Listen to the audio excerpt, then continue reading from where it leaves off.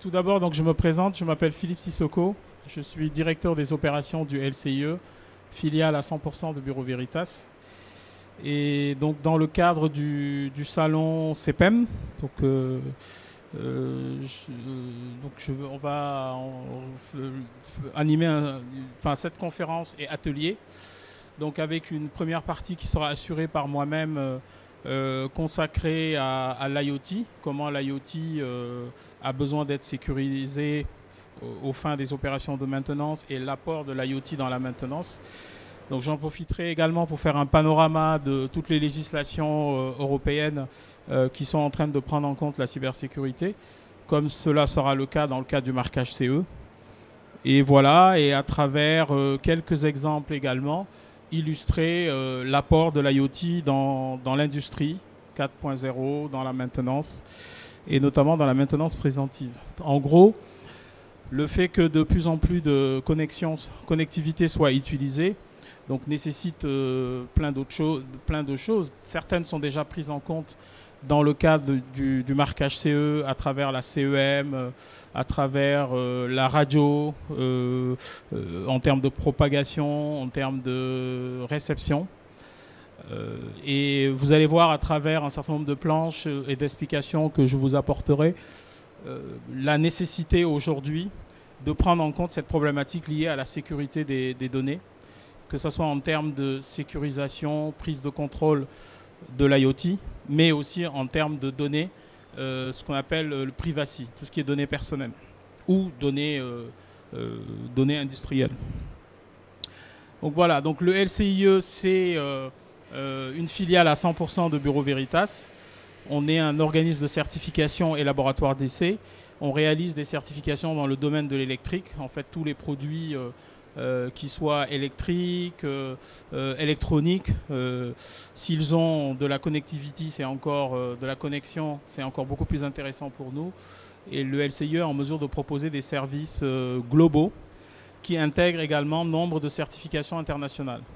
Donc aujourd'hui, on a nos clients, ce sont des industriels qui nous contactent et nous demandent de prendre en charge des certifications de produits dans le cadre du marquage CE, ou ça peut être également dans le cas de l'export, de la commercialisation de produits dans différents pays. L'exemple typique, c'est par exemple un fabricant de dispositifs automobiles, autoradio, tracking de camions, ou ce qu'on veut, commande de pneus, qui va nous dire, voilà, moi je vais vendre mon produit dans 200 pays, aidez-moi à qu'est-ce que je dois faire pour prendre en compte les différentes réglementations qui sont applicables. Voilà. Et donc localement, on est présent. Monsieur Ranchon, mon collègue qui est là, responsable donc du commerce, régional du site. J'ai également Jonathan qui va faire la présentation, la démonstration sur notre banc de scan de vulnerability de cybersécurité. Et Nathalie également qui s'occupe du service commercial de notre centre de Moiran. Donc sur le site de Moiran, on est équipé en termes de laboratoire, de CEM, d'environnement, de sécurité électrique. Et on a également une activité concernant le développement durable.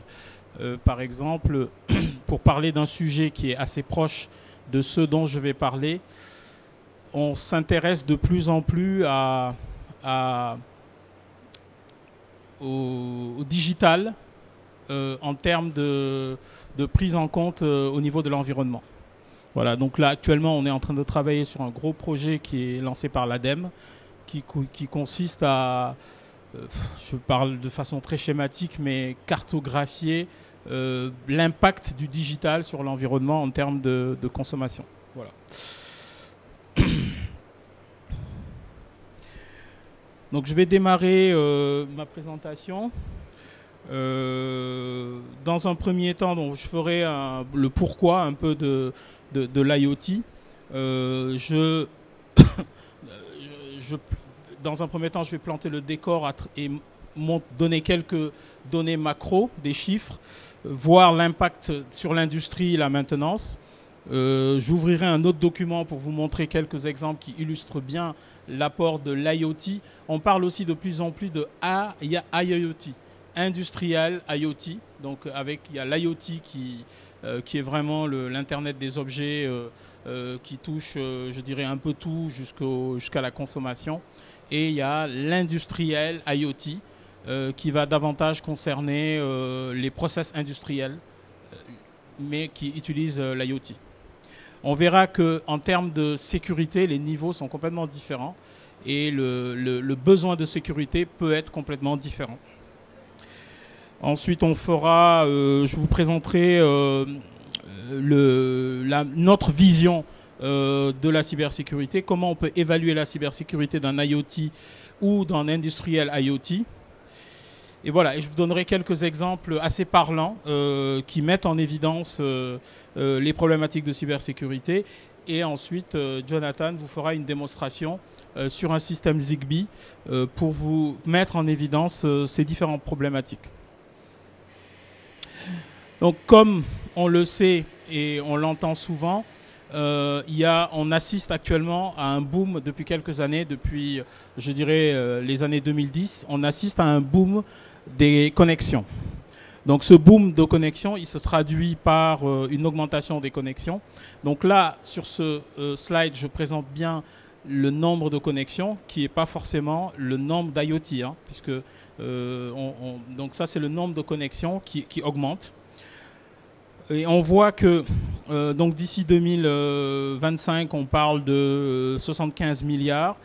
Après, c'est très très difficile dans les différentes études de trouver des chiffres cohérents. Hein. Tantôt on parle de 80, tantôt on parle... Pourtant, ces chiffres sont issus de grands organismes d'études de marché tels que Gartner, ainsi de suite.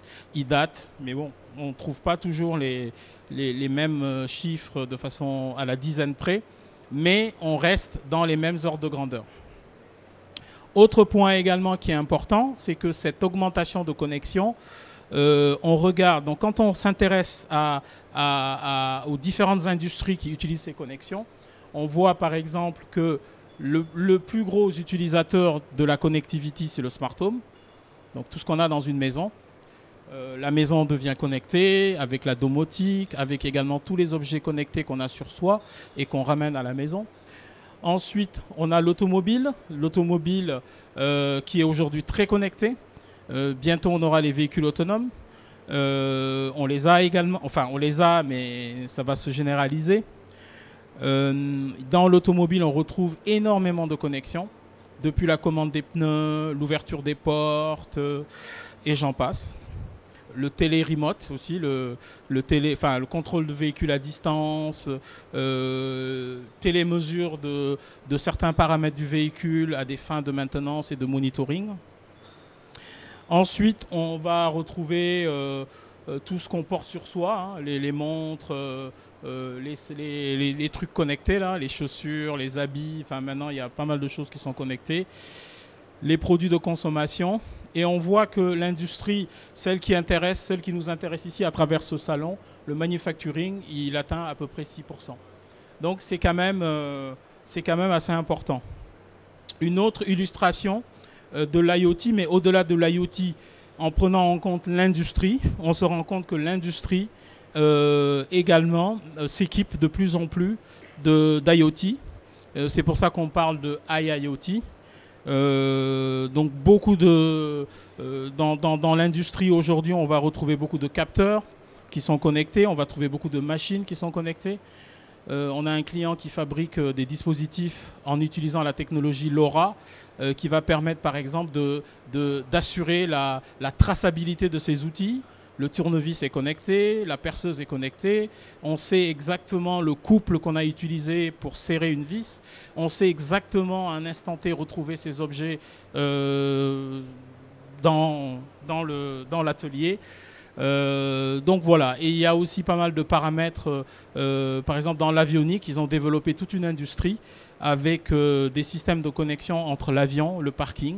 Donc dès que l'avion se met sur le parking, il y a pas mal d'échanges d'informations sur le vol, sur certaines pièces clés de l'avion et j'en passe. Voilà.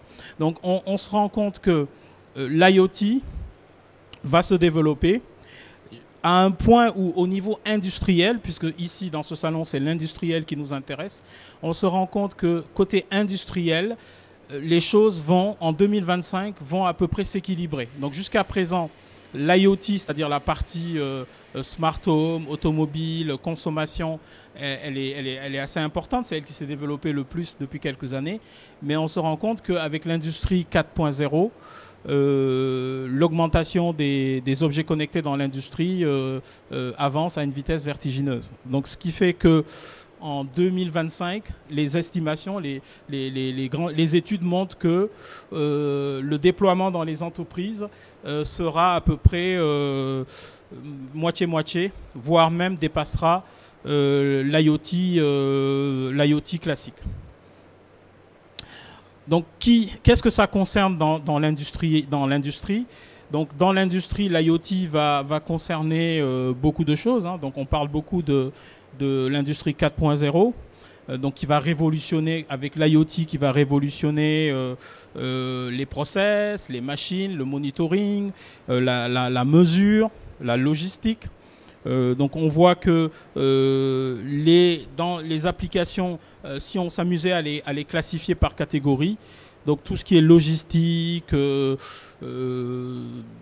nettoyage, tout ce qui est maintenance, monitoring, donc la production, tout ce qui est production IT, tout ce qui est lié à l'informatique, tout ce qui est lié au process de manufacturing, donc factory automation, les process aussi d'automatisation et tout ce qui est lié à l'intelligence artificielle. Donc on voit que ça prend une place assez prépondérante dans l'industrie. Par contre, il est clair qu'avec l'arrivée de cette connexion, j'ai retenu 2 points qui sont essentiels par rapport au message que je souhaite faire passer et par rapport aussi à nos compétences. 2 points essentiels qui sont le premier qui est lié bien sûr à la sécurité, c'est-à-dire qu'on va faire transiter de plus en plus d'informations par des objets connectés. Donc il y a nécessité de se préoccuper de la sécurité en termes de disponibilité, en termes d'intégrité des informations, en termes de confidentialité et de privacy. Et l'autre point également qui est important avec l'utilisation de l'IoT, c'est tout ce qui a trait à la connexion. À partir du moment où on va utiliser des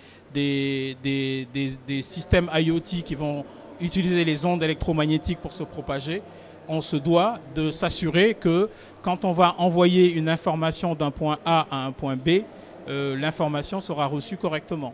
Donc là, on va parler de 2 choses. On va parler de capacité à communiquer. Donc ça intègre pas mal de choses. Vous savez que dans un endroit tel que celui-là, les ondes se propagent de façon assez difficile parfois, puisqu'il y a beaucoup d'obstacles, il y a beaucoup de réflexions. On peut avoir plein de phénomènes électromagnétiques qui vont amenuiser la propagation. Et il y a aussi ce qu'on appelle les phénomènes de coexistence radio. La coexistence radio étant le fait que quand plusieurs systèmes radio cohabitent sur des courtes dans un environnement confiné, ça crée des problèmes. Par exemple, il y a quelques années, quand le LTE est sorti, au début, il y a eu des problèmes de coexistence ou d'interférence avec des systèmes Wi-Fi, puisque certains canaux LTE utilisaient des bandes de fréquences qui étaient assez proches du LTE. Voilà. Donc 2 paramètres qui sont importants en matière de connectivité. Après, bien sûr, il y a d'autres paramètres clés, hein, comme tout ce qui va être lié aux aspects fonctionnels. Quelques définitions et rappels concernant les solutions wireless. Comme vous savez, en matière de connectivité, il y a 2 types de signaux. Il y a tout ce qui va concerner la propagation de faible portée et vous avez la propagation longue portée.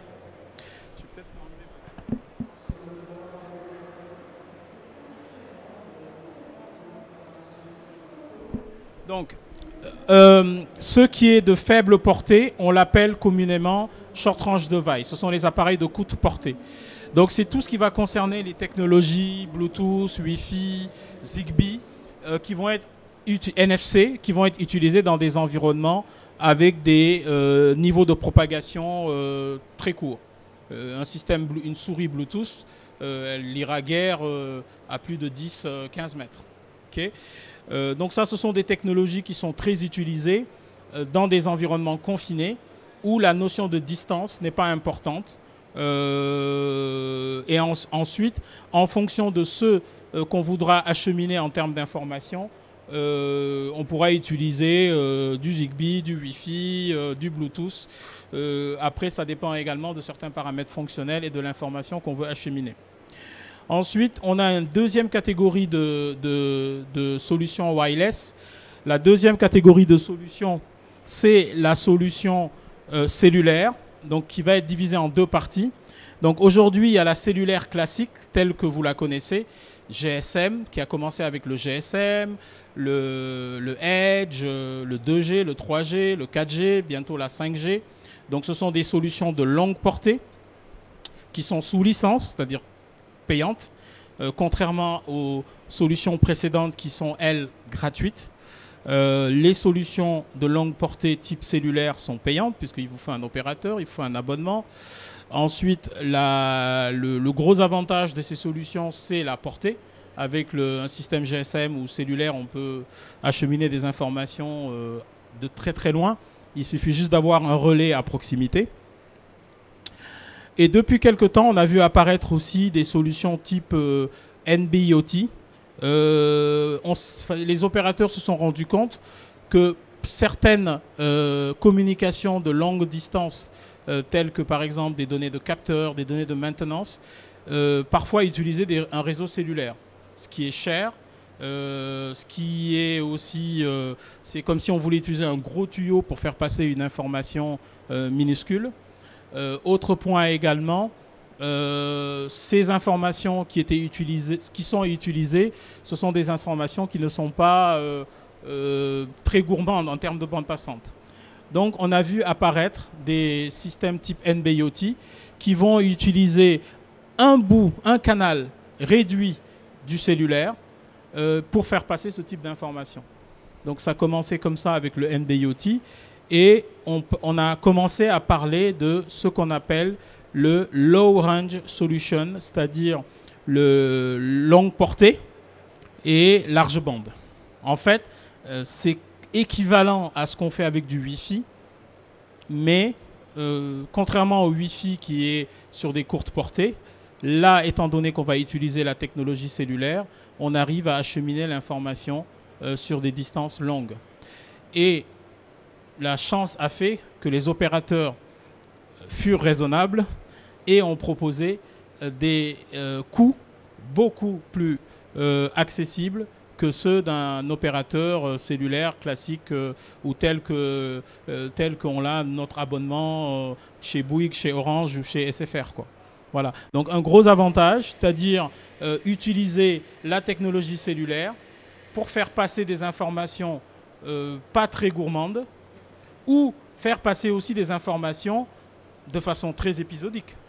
Par exemple, dans le cas des infrastructures des collectivités, ils envoient des informations, je ne sais pas, de monitoring. Il y a une information qui va partir le matin, une information qui va partir le soir. Donc, il n'y a pas besoin que ça soit en continu. Donc, pour ce type d'application, le LPWA s'y prête bien. Je vais vous donner deux exemples que vous connaissez certainement ou que vous avez entendus en matière de LPWA. Peut-être que vous ne les connaissez pas sous l'appellation LPWA parce que c'est peut-être un peu barbare.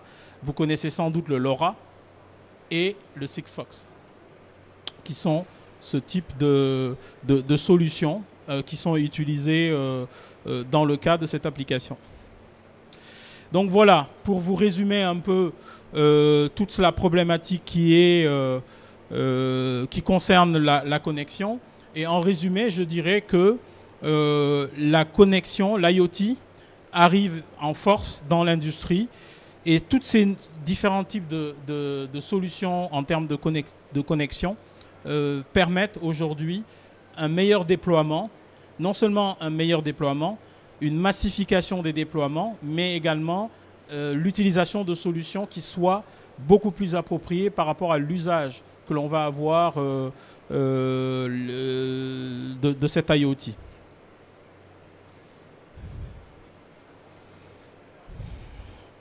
Par contre, là maintenant, nécessité, donc jusqu'à présent, toutes ces solutions de type IoT, que ce soit de courte portée, cellulaire ou cellulaire large bande, sont régies aujourd'hui par des réglementations type marquage CE. La plupart, pour rester sur l'Europe.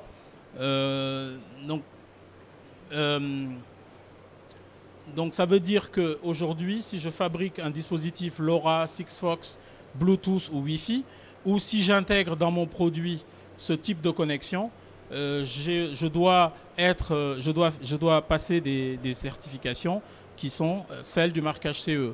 Ensuite, si mon produit est utilisé dans d'autres pays, je vais appliquer les réglementations qui sont régies par ce pays-là. Par exemple, si c'est au Nord-Amérique, je vais utiliser la certification FCC qui, elle, va dire que tel produit Wi-Fi, Bluetooth ou Sigfox devra respecter un certain nombre de prescriptions en matière de CEM, en matière de sécurité électrique et en matière de radio.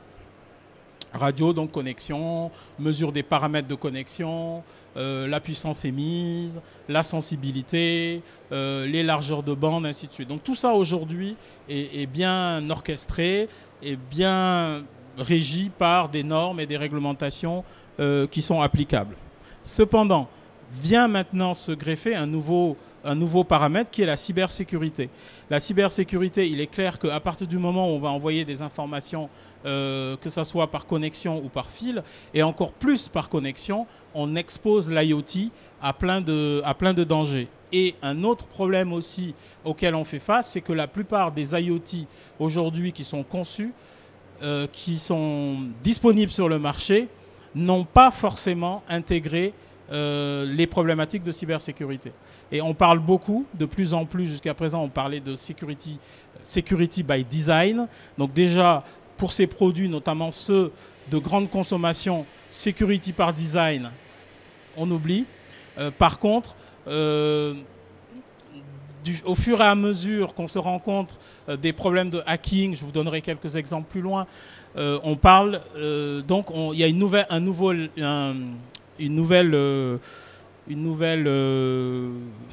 appellation qui surgit, qui est la security par défaut. Voilà. Comment faire en sorte que les produits qu'on a traditionnellement conçus en intégrant un certain nombre de prescriptions dans le design, comment faire en sorte que tous les produits, par défaut, respectent les prescriptions de cybersécurité. Et comme on le voit à travers cet exemple, que Jonathan vous expliquera mieux que moi à travers le scanner de vulnérabilité qu'on a construit au niveau du LCIE, on voit que la part IoT, elle est quand même très très importante dans la chaîne globale. Pourquoi? Parce que l'IoT, vous voyez que son positionnement, l'IoT, il est vraiment entre tout ce qui va être connexion à Internet, gateway, et les utilisateurs finaux. Voilà. Donc on voit que c'est quand même une part importante. Donc ça veut dire que le fabricant du dispositif IoT, il doit s'interroger et se poser un certain nombre de questions quant à la tenue de son produit vis-à-vis d'un certain nombre de paramètres de sécurité.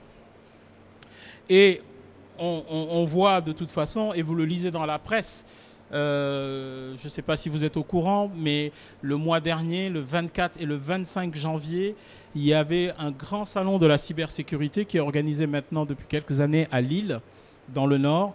Donc c'est le Forum international de cybersécurité. Et pendant toute cette semaine, on a parlé de cybersécurité. Il y a eu beaucoup de choses, beaucoup de papiers, beaucoup d'exemples qui ont été donnés sur l'IoT avec des attaques basiques sur des IoT de tous les jours. Notamment, si je remonte un tout petit peu, un mois avant, c'était Noël. Au niveau des jouets, les jouets connectés, il y a eu plein de problématiques liées à l'IoT allant jusqu'à la prise de contrôle du jouet de l'enfant à distance, ainsi de suite. Aux États-Unis, il y a eu des faits comme ça qui se sont avérés. La FBI a même mis en garde un certain nombre de fabricants et a dû interdire un certain nombre de produits à la vente parce que ça mettait en cause l'intégrité des personnes qui les utilisaient. Donc on voit beaucoup plus d'attaques. Donc selon une étude de Kaspersky, le nombre d'attaques des objets connectés a été multiplié par 9. Et de toute façon, il est dit également qu'en 2020, plus de 30% des attaques cyber passeront par les objets connectés. L'avantage de l'attaquant, l'avantage qu'il a, c'est que l'objet connecté, si je prends par exemple ce salon-là, il y en a partout. Vous en avez dans votre poche, vous en avez dans vos sacs, vous en avez un peu partout. Donc il est très facile de se connecter à un objet connecté, bien entendu. Je n'ai pas dit qu'il est facile de l'attaquer, mais en tout cas, il est très facile de s'y connecter. Et ensuite, par rapport au fait que nombre d'entre eux n'ont pas forcément intégré les contraintes de cybersécurité, il est, pour certains hackers, facile de rentrer dedans. Donc, quelques exemples, hein, vous voyez, donc, à travers ce que je disais. Aux États-Unis, récemment, ça date de décembre, un système Wi-Fi qui a été piraté. Il y a même quelque chose, un autre exemple que je peux donner aussi, qui est arrivé à un gros de la distribution, que j'aime pas trop, mais qui s'appelle Amazon, qui a vendu des sonnettes connectées. Et ces sonnettes connectées ont été piratées. Et donc, du coup, les hackers ont carrément pris le contrôle des caméras qui étaient dans la maison et pouvaient discuter avec des enfants, ainsi de suite, et voir ce qui se passait dans la maison. Voilà. Donc, un autre exemple de hacking. Donc là, on voit que c'est un système Wi-Fi. Récemment, information de la CNIL. La CNIL a mis en garde les fabricants de jouets connectés, par rapport au risque également et au fait que les jouets connectés étaient très très très faiblement protégés en matière de cybersécurité. Donc il y avait une capacité assez facile de prendre le contrôle de ces objets. Et dernier exemple, système de smart grid où le hacker il prend le contrôle du système et de façon informatique, il modifie la consommation du système, voire même faire autre chose. Voilà, donc toutes ces informations, vous les retrouverez dans l'usine digitale qui chaque jour reporte un certain nombre d'informations liées à des soucis de hacking. Donc voilà, donc la cybersécurité devient quelque chose d'important. On voit que dans tous les pays, toutes les études en matière de sécurité indiquent que c'est quelque chose qui devient préoccupant et qu'aujourd'hui, il est constaté qu'après le prix, le consommateur, il commence à se soucier de la cybersécurité en se disant le produit que j'achète, est-il vraiment sûr? Est-ce que est-ce que je maîtrise réellement ce que je fais avec mon objet connecté? Donc aujourd'hui, c'est clair que ce n'est pas évident. Hein. Donc, en tout cas, moi, cette réponse, je ne suis pas sûr que tous les objets connectés que j'utilise, je les maîtrise à 100% et qu'il n'y a pas un risque sur certains d'eux. Donc voilà, donc on voit que les consommateurs, de plus en plus, ils deviennent d'accord, je dirais, ils s'attendent à... Donc on voit que ils se disent, voilà, il faut que le manufactureur il fasse quelque chose. Le manufactureur doit faire en sorte que les produits qu'il met sur le marché soient de plus en plus sûrs. Les produits qu'il met sur le marché ne portent pas atteinte à la privacy, à l'intégrité et aux données personnelles. Pareil pour la distribution. Voilà, donc la distribution doit assurer également que tous les produits qu'ils mettent sur le marché. Donc ça, ce sont des pourcentages en termes de souhait du consommateur. Voilà. Donc on voit que, comme je viens de le dire, bon, les exemples, il y en a plein, hein, je peux vous en redonner. Mais bon, si vous allez voir, même dans la presse aujourd'hui de tous les jours, je sais que lors du salon, pendant le salon du FIC, tous les jours, la presse quotidienne relatait des faits de cybersécurité sur des produits simples, des montres connectées. Voilà, donc c'est quand même quelque chose qui prend de l'ampleur. Voilà, donc aujourd'hui, ce n'est pas que l'affaire des fabricants, en sachant que seulement 10%, donc il y a une étude qui dit qu'il y a seulement 10% des fabricants qui ont pris en compte la cybersécurité dans le développement de leurs produits. On verra à travers la démo que Jonathan fera tout à l'heure, hein, c'est un problème sur un système Zigbee, que le manufactureur, qui est quand même un gros, on pourra le dire, c'est public maintenant, c'est quelque chose qui a été public, qui n'a pas pris en compte la manière de codifier la clé. Donc ce qui a permis de rendre accessible le système. Donc vous voyez, c'est quand même quelque chose qui devient de plus en plus important. D'où cette nécessité aujourd'hui de légiférer ou de proposer un cadre qui permette d'évaluer ou de prendre en compte dans le design la conformité. Voilà, donc pourquoi? Donc comment pour ce faire, donc qu'est-ce qui est prévu? Donc, pardon, comme vous savez, une des manières d'obliger ou de prendre en compte un certain nombre de contraintes, c'est à travers la réglementation. Donc depuis l'année dernière, au niveau de l'Europe, il y a eu une réglementation qui s'est mise en place. Donc c'est une réglementation qui a été établie sous ce qu'on appelle le Cyber Security Act. Le Cyber Security Act, c'est un document qui a tenté de faire la synthèse de tout ce qu'il y avait avant 2019 en matière de cybersécurité et de proposer un cadre réglementaire qui devrait permettre aux différentes réglementations de le prendre en compte. Donc si demain, en fait le Cyber Security Act, lui, il n'a rien d'obligatoire. Par contre, il pose le cadre de la cybersécurité en termes d'évaluation, d'exigences essentielles, de comment on va évaluer la conformité du produit. Ensuite, si le marquage CE, par exemple la directive RED qui concerne les produits de radio et de communication, a besoin de légiférer ou de définir des exigences de cybersécurité, elle ira puiser dans les exigences définies à travers le Cyber Security Act. Donc c'est un peu l'esprit, hein. Je caricature un peu en sachant que si vous regardez la pyramide que je présente, cette pyramide, elle dresse un peu l'environnement de la cybersécurité et comment elle a été prise au niveau du Cyber Security Act. Donc en fait, la cybersécurité ne s'applique pas de la même manière selon les caractéristiques de votre produit. Il est clair que la cybersécurité, le besoin de sécurité n'est pas le même sur un véhicule autonome, sur un pacemaker ou sur une prise commandée ou une télécommande d'ouverture de porte de garage ou une souris Bluetooth. Voilà. Donc en fonction de la caractéristique du produit, de sa définition, le Cyber Security Act a catégorisé les exigences en matière de cybersécurité en définissant 3 niveaux d'assurance. Un premier niveau d'assurance qui ressemble à ce qui existe aujourd'hui à travers les critères communs, puisqu'aujourd'hui, il y a des produits, notamment qui concernent la sécurité de l'État, les systèmes de paiement bancaire, la biométrie, les passeports, qui sont soumis à la cybersécurité à travers les critères communs. Et donc le Cyber Security Act, lui, ayant pour but de tout fédérer, il a repris cette réglementation ou ce niveau d'exigence en le définissant dans le haut de la pyramide.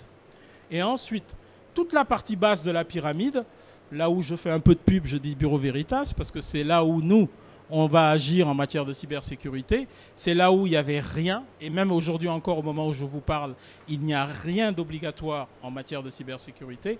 Le Cyber Security Act a défini 2 niveaux d'assurance. Un premier niveau basique, qui est une sorte d'auto-certification. Ils ont défini des exigences. Ils se sont dit, voilà, on me le verra tout à l'heure à travers le scanner de vulnérabilité et à travers un certain nombre d'exemples que je vais donner. Quand on prend en compte la cybersécurité, on peut commencer par quelque chose de très simple et de très basique. C'est de dire, aujourd'hui, il existe des vulnérabilités qui ont été publiées, qui sont connues. Par exemple, on sait que tel système Linux, tel système Zigbee, tel système Wi-Fi, il y a eu telle vulnérabilité qui a été mise en évidence parce qu'il y a des hackers qui sont passés par tel ou tel système. Donc aujourd'hui, il existe des bases de données assez puissantes qui répertorient tous les jours les vulnérabilités nouvelles. Et donc ces vulnérabilités, en fonction de leur criticité, en fonction de leur importance, elles sont classifiées. Et donc, il y a de plus en plus de sociétés qui créent ce qu'on appelle des scanners de vulnérabilité, qui vont rejouer ces vulnérabilités en les prenant en compte dans des librairies assez puissantes et qui les rejouent pour s'assurer que le produit qui est mis sur le marché, il a au moins pris en compte dans son design ces vulnérabilités. Donc c'est un peu l'objet et le but de notre banc, de notre scanner de vulnérabilité qui, lui, va scanner, va envoyer au produit un certain nombre de vulnérabilités et va voir si le produit, dans son design, la vulnérabilité a été prise en compte par les designers.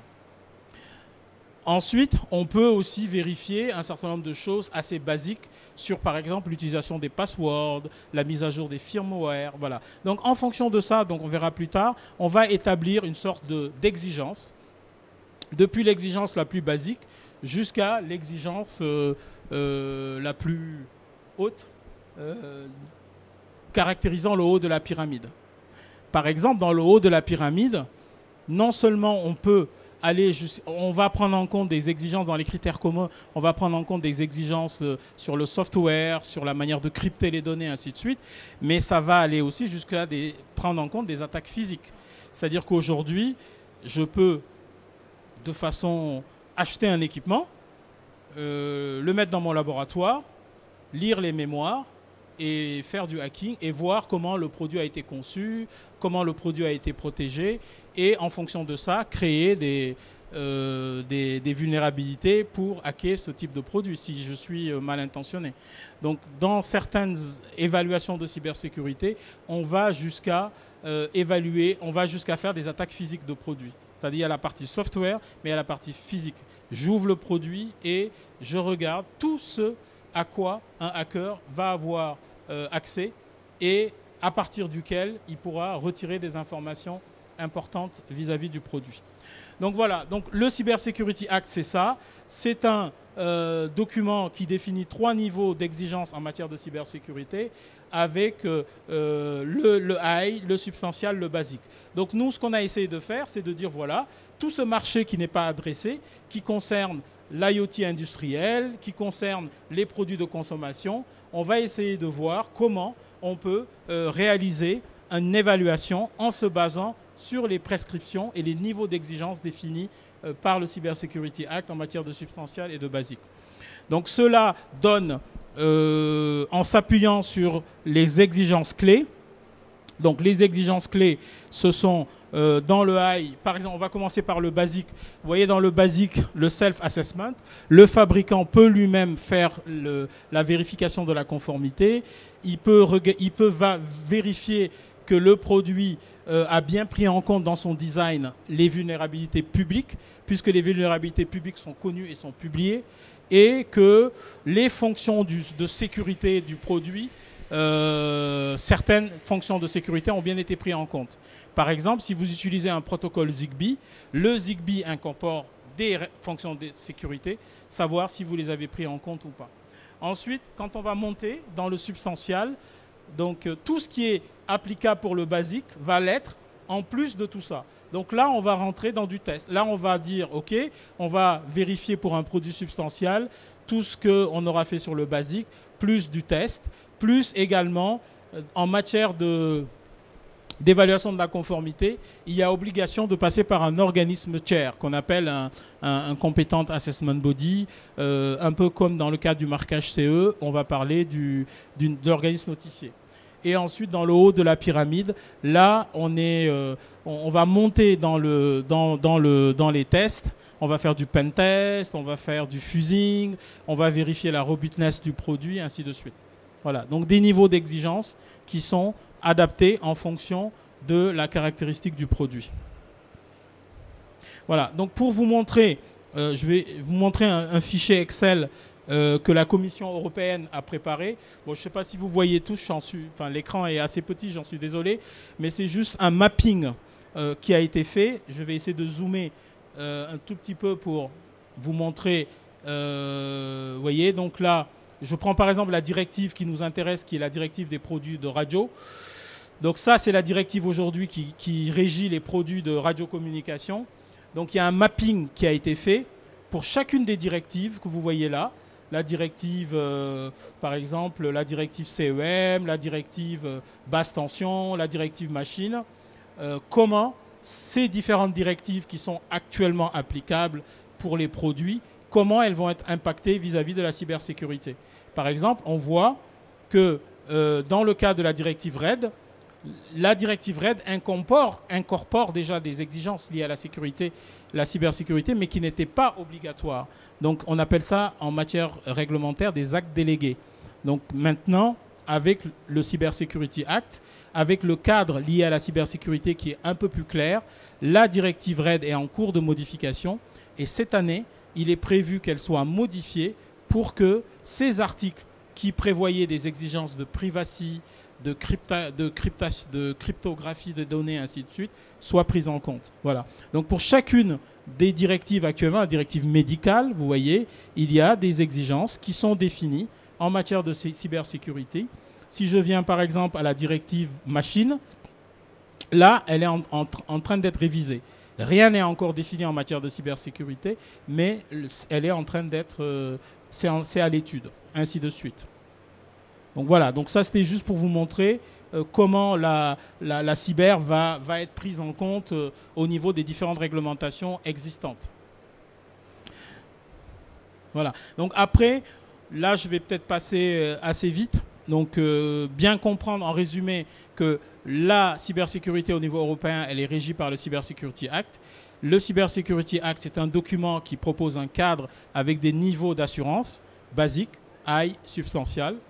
Et ensuite, les législations actuelles qui concernent les produits électroniques type marquage CE vont intégrer de la cybersécurité en s'appuyant sur le basique, le substantial ou le high, selon la nature du produit, ses caractéristiques et ses liens avec la sécurité. Voilà, c'est exactement comme ça que ça va se passer.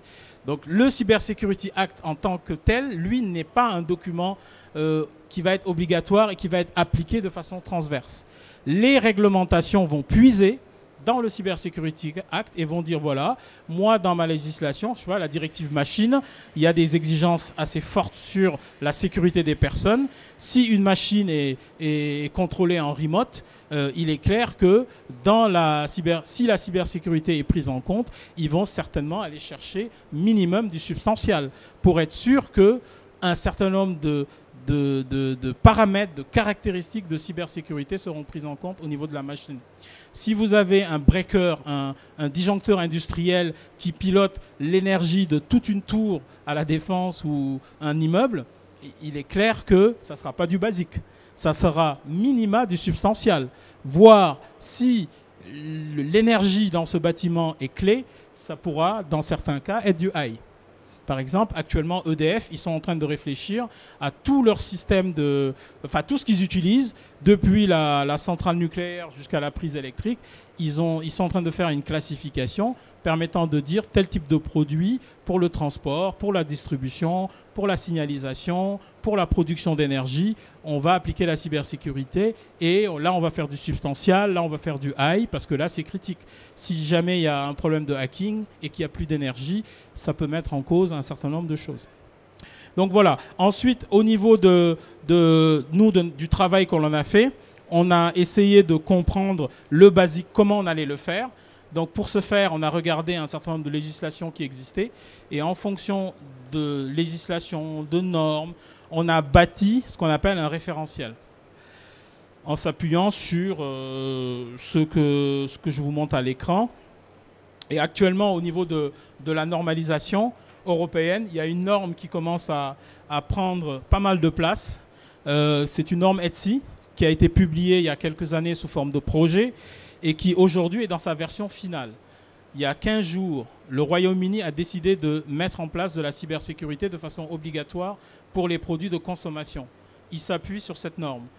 Il y a 2 mois, fin novembre, la Finlande a décidé également de légiférer en matière de cybersécurité sur les objets IoT de consommation. Enfin, quand je dis consommation, c'est tout ce qui va à la maison, ainsi de suite. Il s'appuie également sur cette norme ETSI.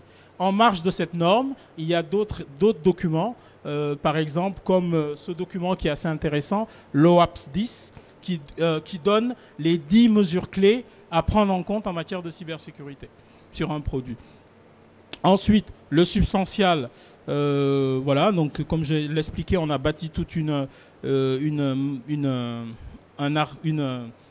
méthodologie déjà en identifiant les documents, les normes techniques, et derrière, en application des exigences du Cybersecurity Act, on a dit, voilà, sur un produit substantial, voilà ce qu'on peut être amené à faire en termes d'essai.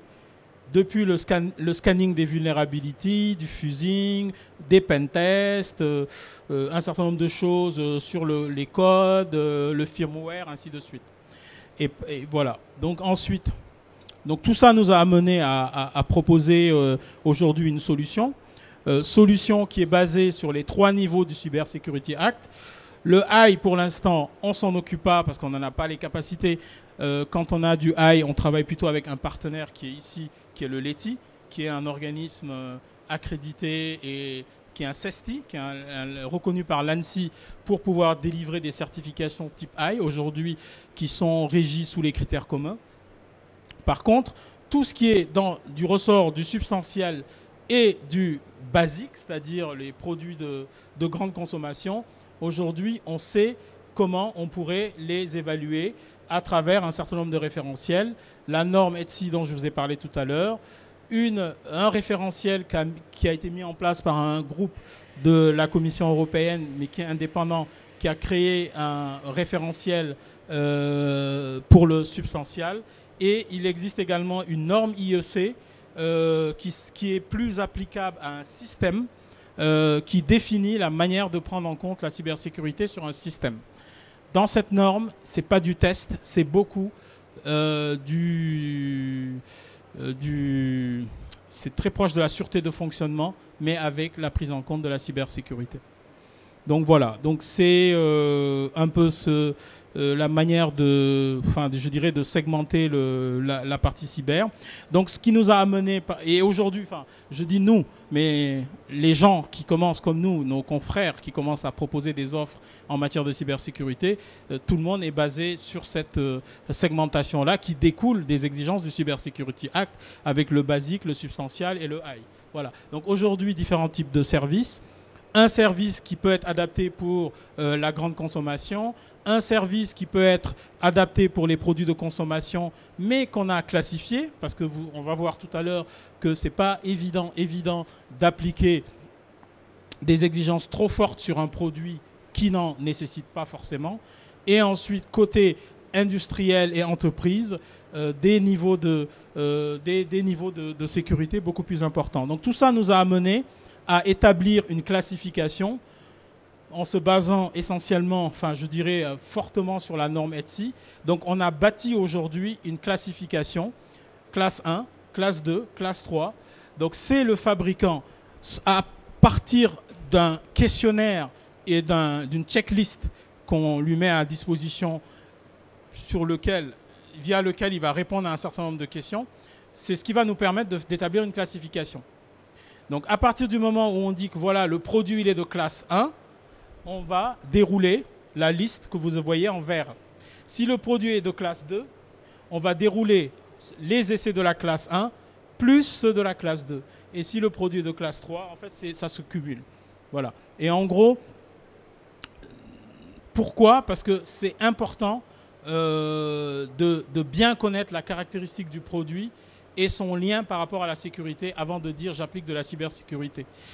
Et aujourd'hui, pour que ça parle davantage, on a essayé d'établir une sorte de rating, une sorte de segmentation un peu plus parlante en définissant une classification de 1 à 5 selon la nature du produit en fonction des exigences de cybersécurité qu'on pourrait appliquer sur le produit.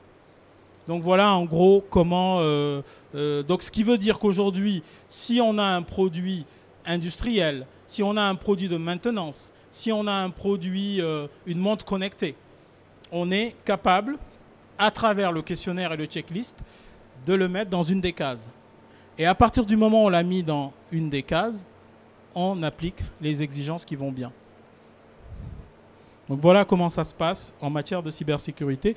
Je vais vous montrer quelques exemples, parce que là, il est quelle heure? Oh, 1h08. Voilà. Donc en gros, comment ça se passe une évaluation de cybersécurité? Quand on a l'habitude de faire de la CEM, quand on a l'habitude de faire de la radio, de la sécurité électrique, on a parfois une sorte de déformation qui veuille que la cyber soit également 100% des essais. Eh bien, ce n'est pas tout à fait le cas. La cyber ressemble beaucoup à ce qu'on fait en matière de sécurité électrique. Donc, quand on fait une évaluation de sécurité électrique, il y a une partie qu'on appelle communément construction, dans laquelle on va regarder un certain nombre de documents, de dossiers techniques et tout ce qui a été pris en compte dans la fabrication du produit, et on va également réaliser des essais. Voilà. Donc moi, dans les essais sécurité électrique que je connais, par exemple, je vais prendre le médical. Dans le médical aujourd'hui, il y a, allez, on va dire 60% d'analyse, checklist, risk assessment, vérification des performances essentielles et 40% d'essais purs. Voilà. En matière de cybersécurité, c'est à peu près la même chose sur un IoT. Je n'ai pas encore fait le pourcentage de ce qui relève des essais et ce qui relève du checklist, de l'assessment, mais il y a les deux. Donc tout ça pour vous dire que quand on évalue un produit du point de vue de la cybersécurité, il y a un premier volet qui va consister à vérifier que le produit résiste à des attaques. Et pour vérifier que le produit résiste à des attaques, ça passe souvent par des tests. Ça peut passer aussi par des revues de design, des revues de code, revoir dans le dossier software du produit qu'un certain nombre de choses ont été prises en compte. Mais en plus de ça, on va réaliser également des essais, comme vous le voyez là, des essais de vulnérabilité connue, du phishing, ce sont des tests qui sont aléatoires, et on peut aller jusqu'à faire des essais de pénétration, des pen tests. La différence entre le haut, c'est-à-dire les vulnérabilités, et les phishing et le pen test, c'est que les vulnérabilités, ce sont des choses connues. On envoie au produit un certain nombre de choses connues qui ont été publiées. Et dans le cas des pen tests ou du phishing, on va envoyer au produit, on va faire des tests. Le spécialiste, c'est John, il parlera mieux que moi que ça. On va envoyer des tests au produit tels qu'un hacker l'aurait fait. Par exemple, ce PC, je sais qu'il a du Wi-Fi, du Bluetooth, ainsi de suite. Donc, dans un premier temps, je vais vérifier toutes les vulnérabilités connues, publiques, et m'assurer que le produit, dans son design, les a bien incorporées. Et dans un deuxième temps, si je veux réaliser ça, là, je vais faire fi des vulnérabilités connues. Par contre, je vais me considérer comme un hacker et je vais voir tout ce que, par rapport aux compétences de hacking que j'ai, qui va me permettre de rentrer dans le produit. Voilà, donc là, on va parler de pen test, de phishing, de test de robustness. Après, aujourd'hui, il y a, je ne sais pas si vous avez déjà entendu parler aussi du bounty test. Il y a aujourd'hui des gros de l'industrie comme Apple qui payent des gens pour trouver des failles. Et tout ça est mis également dans des bibliothèques. Je sais que Apple, actuellement, ils mettent toujours des millions et des millions pour la personne qui réussira à pirater l'OS ou ainsi de suite, quoi. Et donc ça se fait aussi de plus en plus. Et donc il existe des bibliothèques, je ne sais plus, ça s'appelle Bounty quelque chose, où on va répertorier telle version de l'Android une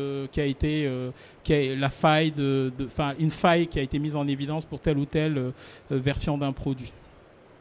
Donc voilà. Et pour finir, quelques exemples. Donc ça, je laisse... donc pour faire les analyses de vulnérabilité, donc nous, on utilise un scanner. Donc là, Jonathan vous fera la démo et vous présentera le scanner qui vient scanner des fonctions, les canaux de communication Wi-Fi, Bluetooth, Zigbee. Ensuite, on peut faire du pentest. Si Jonathan a le temps, il vous en parlera. Donc, c'est ce que je viens de vous dire, hein. Le pentest, c'est vraiment le hacker qui prend le produit et il regarde comment il rentre dans le produit. Il utilise tous les moyens pour entrer dans le produit. Ensuite, en matière de cybersécurité, on parle souvent aussi de 3 types d'analyse, black box jusqu'au white box. Black box, l'attaquant n'a aucune information sur le produit. Le produit, c'est une boîte noire. Je vais à commerce, j'achète un produit, je ramène à Jonathan et il essaye de le tester. Le gray box, c'est que j'ai quelques informations sur le produit, fussent-elles partielles, mais j'ai besoin d'un certain nombre d'informations pour pouvoir attaquer le produit et aller un peu plus loin dans le produit. Et ensuite, le white box, là, c'est carrément je rentre dans le produit. Là, j'ai besoin de tout le dossier de fabrication du produit, les codes, les sources, ainsi de suite, tout ce qui rentre dans la fabrication du produit du point de vue software. Voilà. Après, pour finir, parce que là, ça fait 1h14 que je parle, juste pour finir, vous donner quelques exemples à travers, si vous vous rappelez, la notion de classe que j'ai présentée tout à l'heure. Donc, je vous ai dit que dans notre assessment basique et substantial, on a imaginé 3 classes, classe 1, classe 2, classe 3. Et en fonction de la caractéristique de produit, de son niveau de sécurité, on va appliquer une classe. Donc, chaque classe, à partir du moment où j'ai défini la classe du produit, je vais définir un certain nombre d'exigences. Par exemple, ça peut être vérification des mots de passe, vérification du firmware, ainsi de suite. Et en fonction de ça, je vais évaluer le produit. Un exemple. Je prends cet exemple qui est une caméra. Caméra connectée par du TCP/IP. Elle sert à la protection, surveillance. Voilà, pour détecter les présences inopinées. Résultat, parce que cette caméra présentait plusieurs points de sécurité non pris en compte, ben le contrôle de la caméra a été possible à distance. Non seulement on a pris le contrôle de la caméra, mais il a été possible aussi de piquer des données. Et troisième chose fâcheuse, il a été possible de rendre la caméra indisponible. Voilà. Et donc, à travers cet exemple-là, qui est un exemple réel, on regarde par rapport aux différentes exigences qu'on a définies dans les classes, classe 1, classe 2, classe 3, et on dit, voilà, dans la classe 1, il y a une exigence qui s'appelle Protection of Data in Transit. Donc, est-ce que cette exigence a été prise dans la caméra ?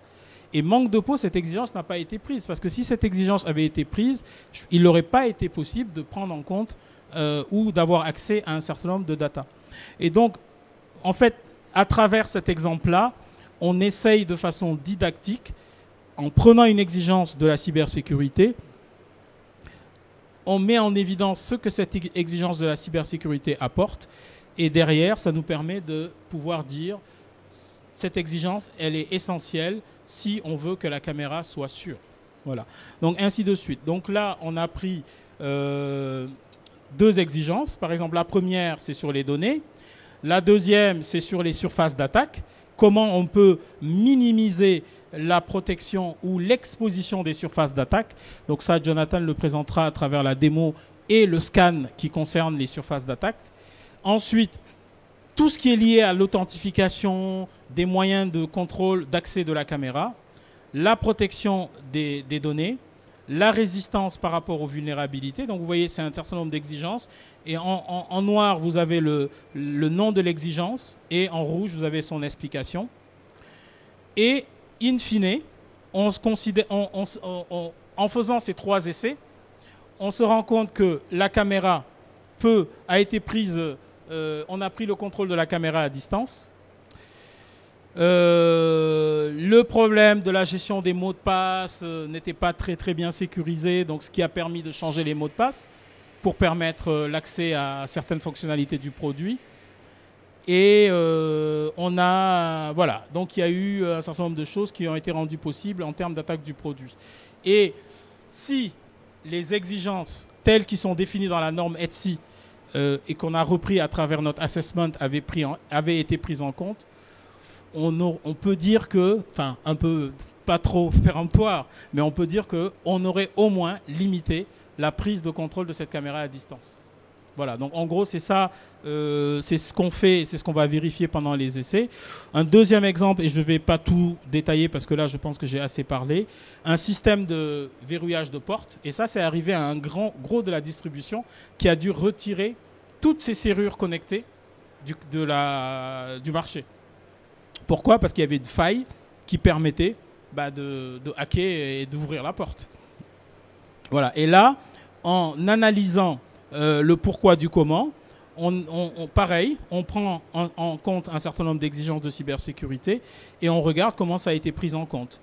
Le data transit, les mêmes paramètres que tout à l'heure, les surfaces d'attaque, l'authentification et la manière dont se fait le contrôle d'accès au système, la protection des données, la manière dont les données personnelles sont managées, la résistance aux vulnérabilités connues.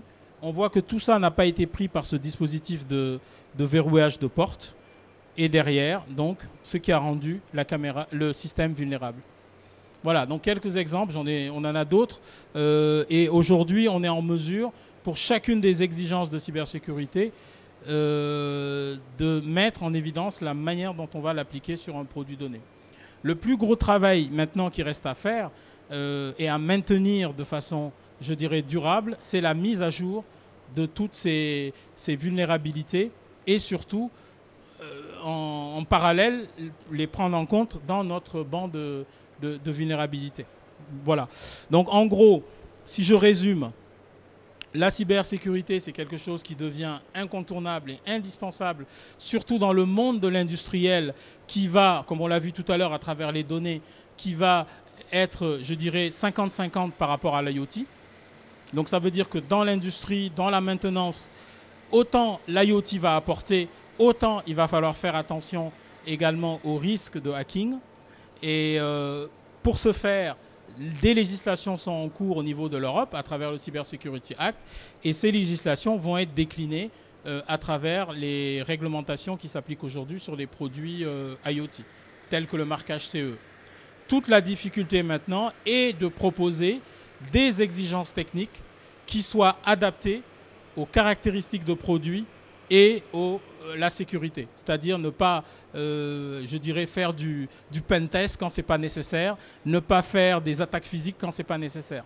En gros, et cette notion de classification qu'on a faite, elle n'est pas évidente. Il a fallu qu'on achète énormément de produits, qu'on regarde au niveau des notices, qu'on regarde l'impact de la sécurité selon la technologie qui était embarquée pour pouvoir dire ce produit, il est plus de classe 1, celui-là va être de classe 2 et celui-là va être de classe 3. Voilà, donc j'espère que je vous ai donné un aperçu de cette problématique au niveau de l'IoT et de l'IoT industriel.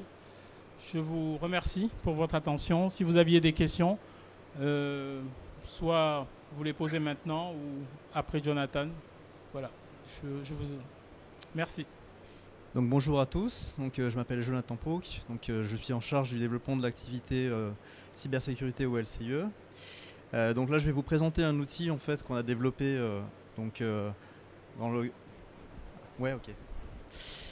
Donc je vais vous présenter en fait un outil qu'on a développé justement pour faire donc tout ce qui est assessment cybersécurité.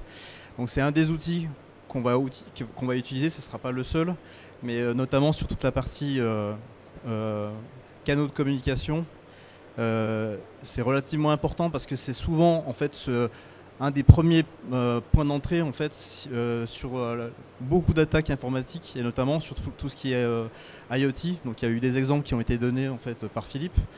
Et donc nous on s'est concentré. Il y avait vraiment besoin d'avoir un outil automatique pour de multiples raisons que je présenterai juste après. Mais donc ici vous avez en l'occurrence. Alors attendez, petit.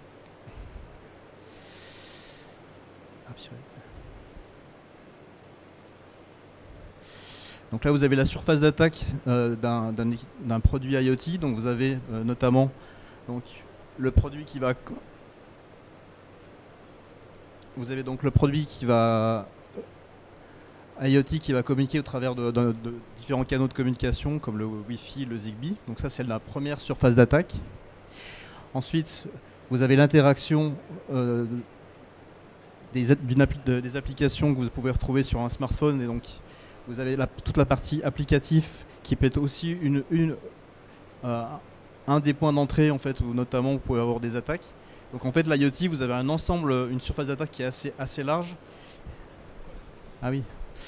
Vous avez une surface d'attaque qui est relativement large et donc un des premiers points importants à vérifier, c'est que la communication utilisée par les produits est sûre. D'où l'objet en fait du banc de vulnérabilité, où vous avez beaucoup de vulnérabilités protocolaires. Et il y a énormément de tests qui peuvent être automatisés. Et donc, en l'occurrence, c'est pour ça que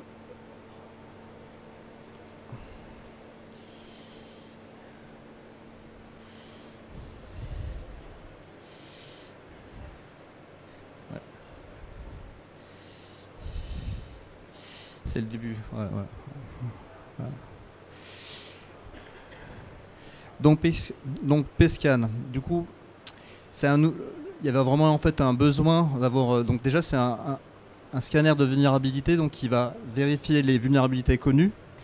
Donc sur les canaux de communication, notamment, nous on a commencé par se focaliser par les canaux Bluetooth, Zigbee et Wi-Fi, qui sont principalement souvent ceux qui sont utilisés dans le domaine de l'IoT.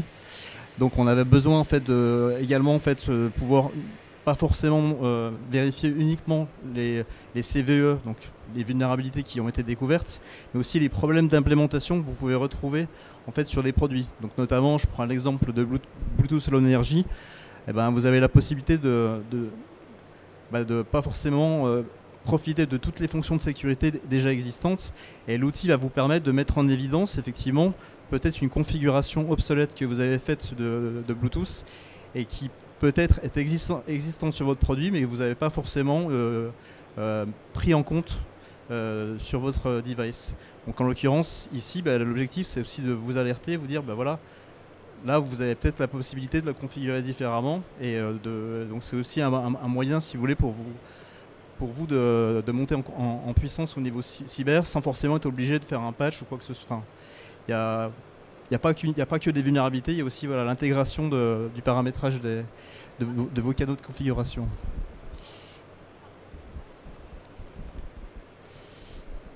Donc l'idée du banc, c'est aussi donc de réduire en fait les temps de test.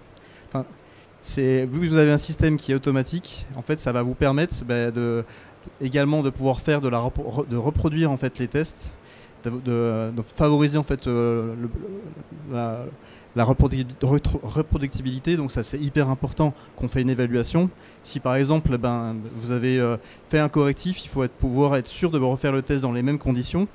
Donc avec l'outil qu'on a développé, justement, ça permet effectivement de pouvoir être sûr de refaire les tests dans les mêmes conditions.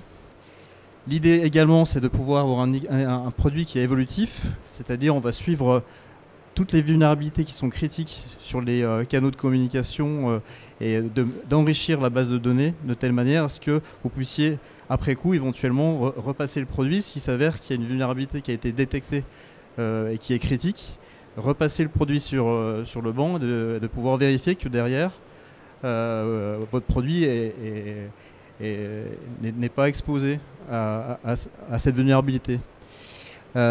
L'idée aussi, c'est un outil en fait, comme l'a expliqué en fait Philippe.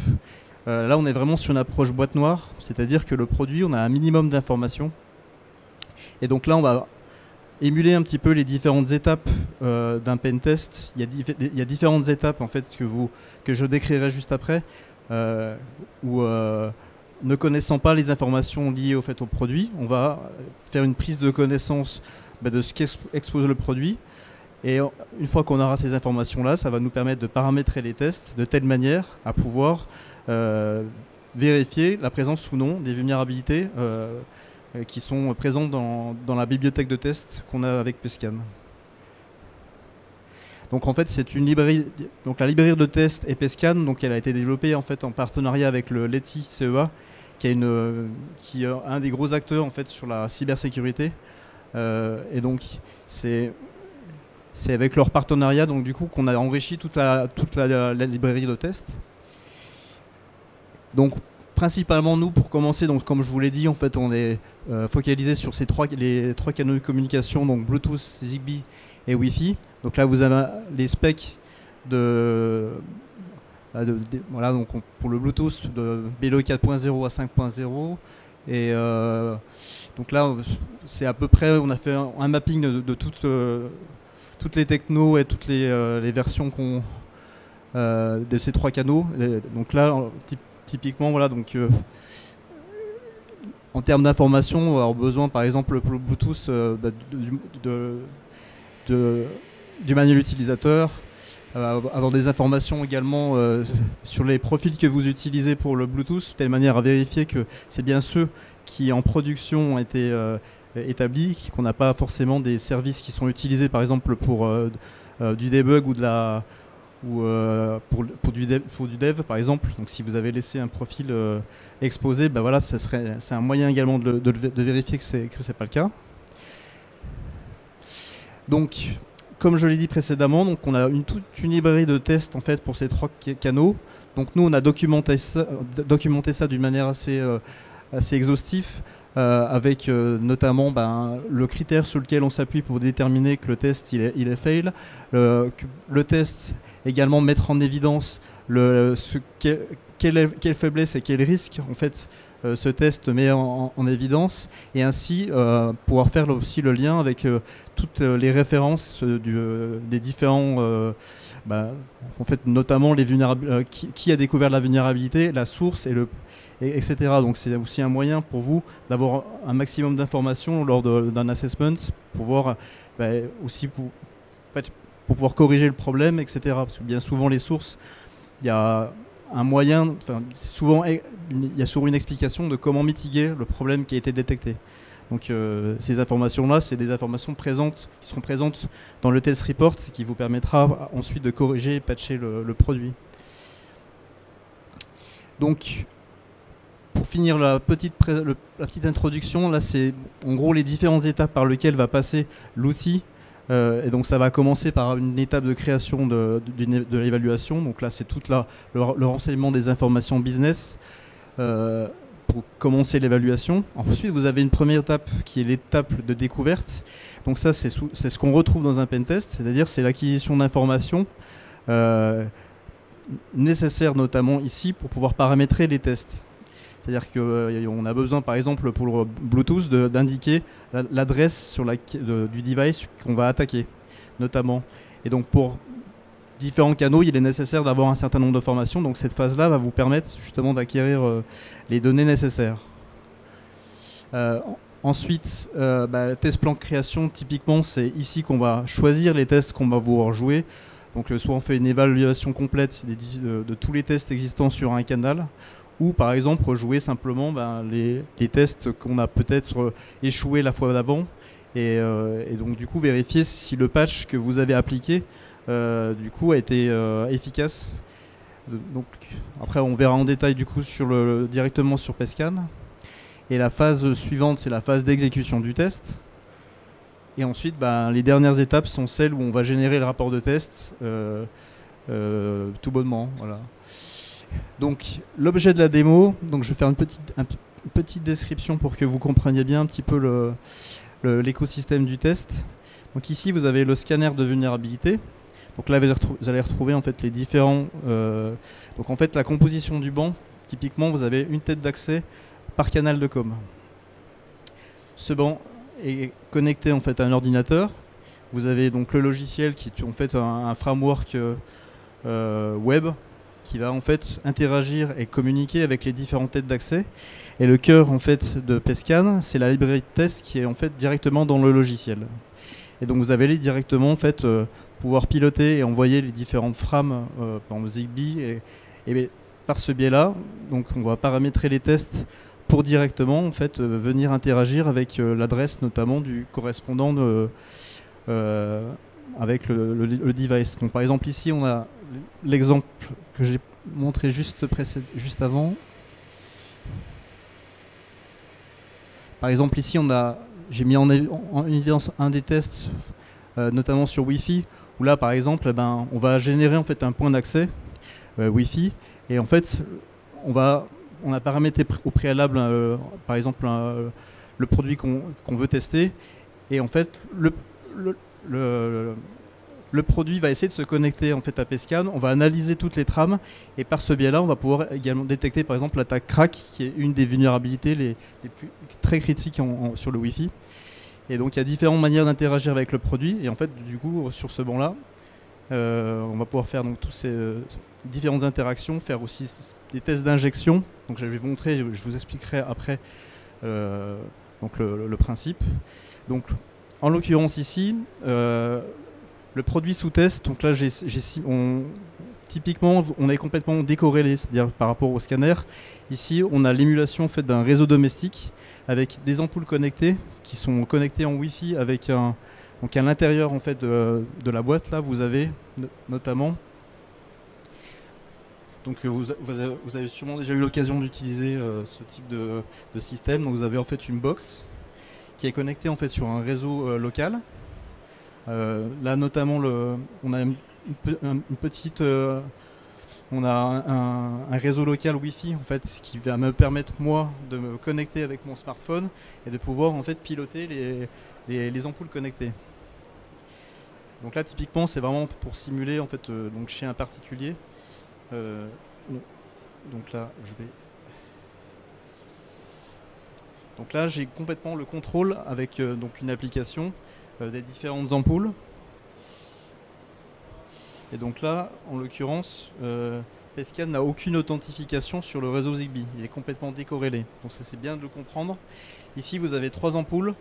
Vous avez la première ampoule qui est en fait le produit sous test. Donc on a enlevé volontairement en fait l'enveloppe pour bien l'identifier. Donc c'est celle où on va faire des tests. Alors vous avez 2 types de tests. En fait je vais vous présenter 2 vulnérabilités. Et parmi ces 2 vulnérabilités, en fait, il y a un des tests, on va le faire de 2 manières. On va le faire ce qu'on appelle en unicast, c'est-à-dire qu'on va vraiment en fait interagir avec le produit sous test. Et ensuite, on va faire le test en broadcast, c'est-à-dire qu'en fait, on va interagir avec toutes les... c'est une adresse spécifique qui permet de communiquer avec tous les devices et notamment... quand je vais lancer un des tests, les 3 ampoules, et même si on avait d'autres ampoules en Zigbee, on aurait en fait la commande qui serait en fait prise en compte par l'ampoule. Ici, vous avez donc sur les 2 extrémités en fait 2 ampoules qui sont vulnérables. Et l'ampoule au centre, c'est une ampoule en fait qui a été patchée et qui n'est pas sensible aux vulnérabilités que je vais présenter. Donc les 2 vulnérabilités en fait que je vais mettre en évidence, donc notamment pour Zigbee en fait vous avez un profil spécifique pour tout ce qui est en fait lumière connectée, donc c'est le profil ZLL, et vous avez une fonction qui vous permet par exemple de les faire clignoter pour les identifier, et c'est notamment utile par exemple si vous avez via l'application, si vous voulez donner un nom à l'ampoule, il faut pouvoir physiquement en fait voir où elle est placée. Donc un des moyens qui a été mis en place, c'est de la faire clignoter. Mais ça, on peut le faire uniquement en fait si on est authentifié. On n'est pas censé pouvoir le faire, n'importe qui, le voisin n'est pas censé le faire. Voilà, c'est pour une bonne raison, c'est que voilà, on peut faire ce qu'on appelle du déni de service, c'est-à-dire on peut rendre complètement inopérant en fait, l'installation. Et vous avez un autre test où en fait, si on est authentifié, on est aussi normalement capable de pouvoir faire un reset factory en fait de l'ampoule. Mais on n'est pas censé le faire si on n'est pas authentifié. Pour une autre bonne raison, c'est que si par exemple on est capable de faire ça, on sort en fait l'ampoule connectée du réseau Zigbee. Nous, attaquants, on a un pont malveillant où on va reprendre le contrôle de l'ampoule, on va injecter un firmware malveillant. Et après, c'est la porte à différentes attaques possibles. Si on a injecté un firmware malveillant, notamment, imaginons que l'ampoule est connectée également au Wi-Fi, eh ben, on a un premier point d'entrée, notamment sur le réseau local, par exemple. Ce qui n'est pas le cas ici, mais c'est juste un exemple. Donc les tests que je vais vous présenter vont mettre en évidence ces 2 vulnérabilités. Donc voici l'interface. Donc il y a une partie que je vous présenterai peut-être pas, mais en fait c'est vraiment la partie où on va créer en fait donc toute la partie les clients, la partie vraiment business avec le descriptif du device qu'on teste, avec le numéro de série, etc. Donc ça va permettre par la suite de conserver ces informations notamment et puis de pouvoir effectivement suivre le cycle de vie du produit si on a besoin de refaire des tests, etc. Et donc ce qui va nous intéresser là, ça va être la partie évaluation. Donc là on va retrouver en fait les différentes étapes que j'ai présentées en fait sur le dernier slide. Donc typiquement là ici on va donc créer l'évaluation.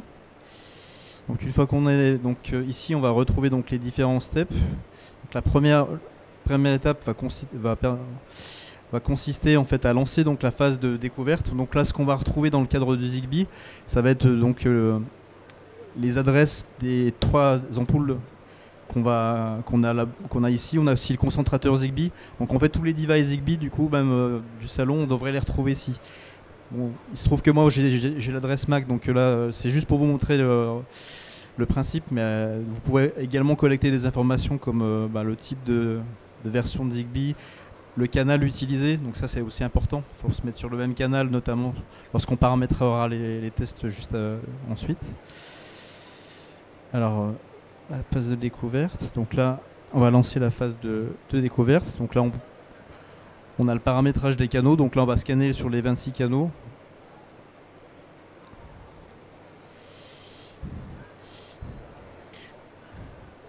Donc là, si le BLE, vous avez exactement le même. Au niveau du Discovery, ça va être pareil, ça va être les adresses. Après, on l'a implémenté pour d'autres. D'une manière globale, de toute façon, il y a toujours besoin. Si par exemple on rajoute par exemple un canal genre Ethernet, on pourrait imaginer pouvoir faire aussi un scanner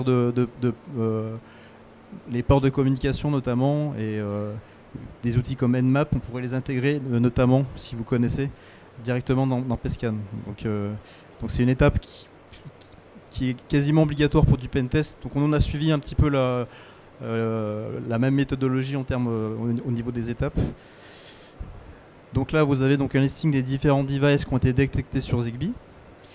Ici vous allez retrouver du coup le canal, si on a un routeur, le type de profil, le canal et ensuite l'adresse.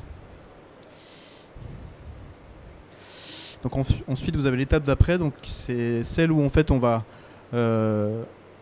ajouter en fait les tests qu'on va vouloir exécuter donc, sur le produit. Donc là pour le besoin de la démo, je vais charger les 4 tests que je vous ai décrits, donc les 2 vulnérabilités dans les 2 modes, unicast et broadcast.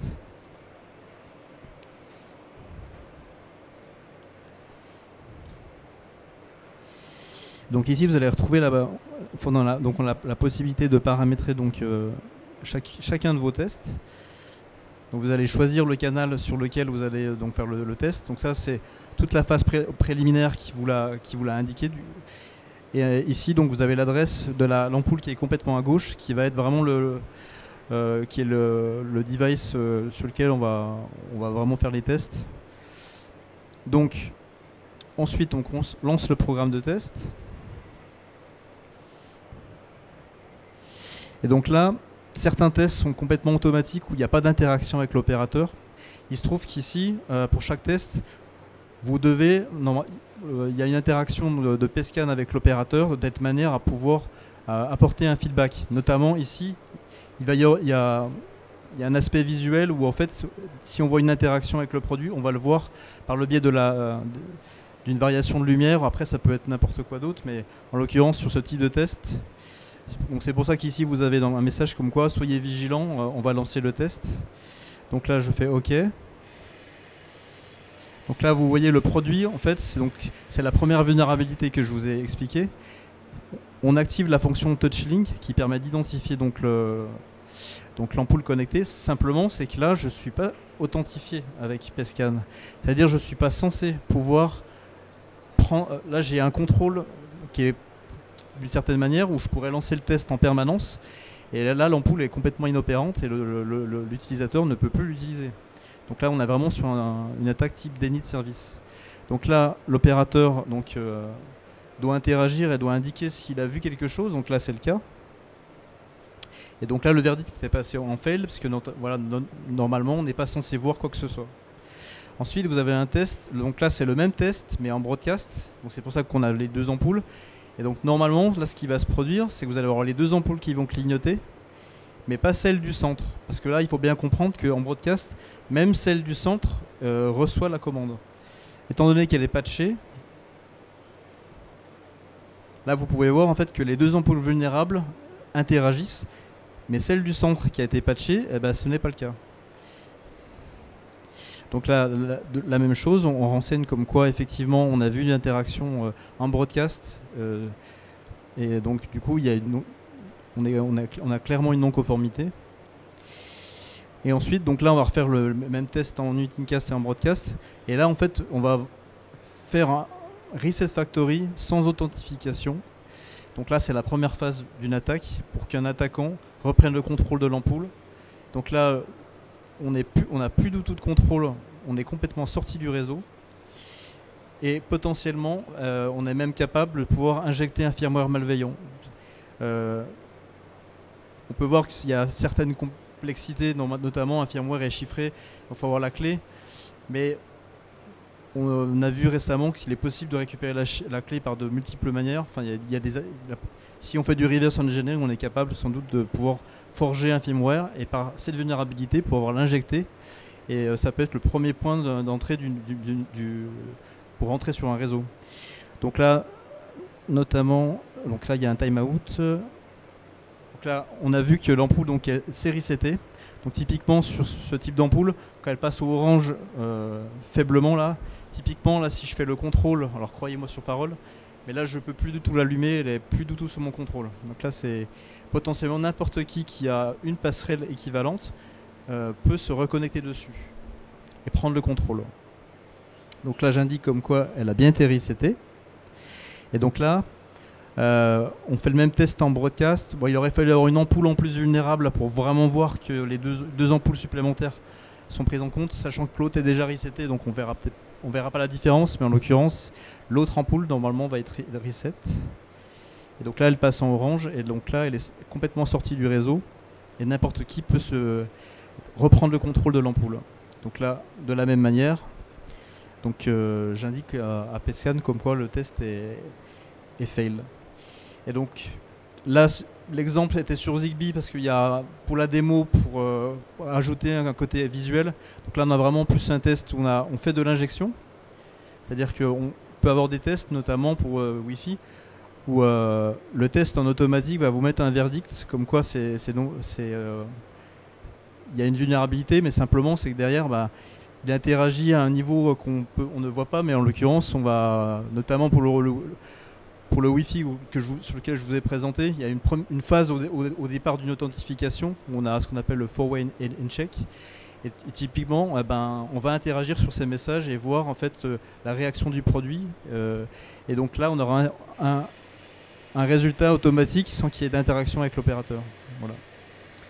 Et donc, pour terminer, du coup, à la fin des tests, on a toute la phase de reporting, génération de rapports. Donc l'idée c'est aussi de faciliter aussi l'utilisation de cet outil-là. On pourrait imaginer que cet outil-là après éventuellement puisse être utilisé à terme par un fabricant en sortie de prod pour effectivement voir si les bonnes règles, en l'occurrence les vulnérabilités connues, sont inexistantes sur le produit, quoi. Donc si vous avez des questions, n'hésitez pas, je me ferai un plaisir d'y répondre.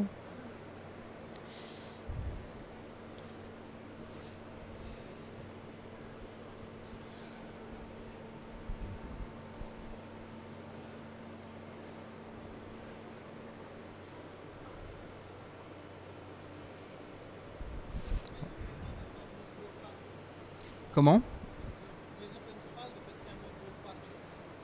En fait, c'est que typiquement, c'est on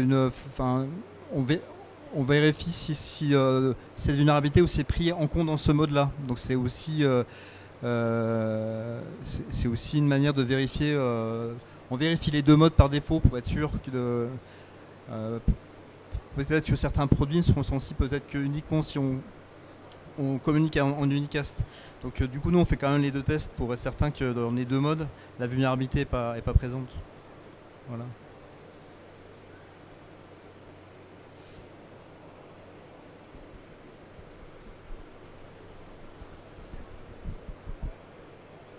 Si vous avez des questions par la suite, n'hésitez pas, je serai là pendant un petit moment si vous avez des questions.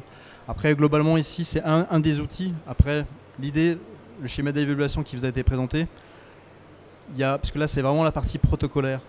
Donc, en fait, on vient vérifier tous les défauts d'implémentation et les vulnérabilités protocolaires donc, liées au canal com. Et ensuite, le schéma d'évaluation, l'idée, c'est aussi de faire des tests qui vont être plus hardware, donc où on va pouvoir vérifier si on a des JITA qui sont directement accessibles, si on peut extraire le firmware, ou après sur des couches plus applicatives, utiliser il y a d'autres tests et d'autres choses à vérifier pour être sûr qu'on a pris en compte en fait l'intégralité des problématiques de cybersécurité qu'on pourrait avoir, quoi. Et l'idée, voilà, c'est d'avoir un outil qui est reproductible et puis simplifié dans la manière de détecter les vulnérabilités.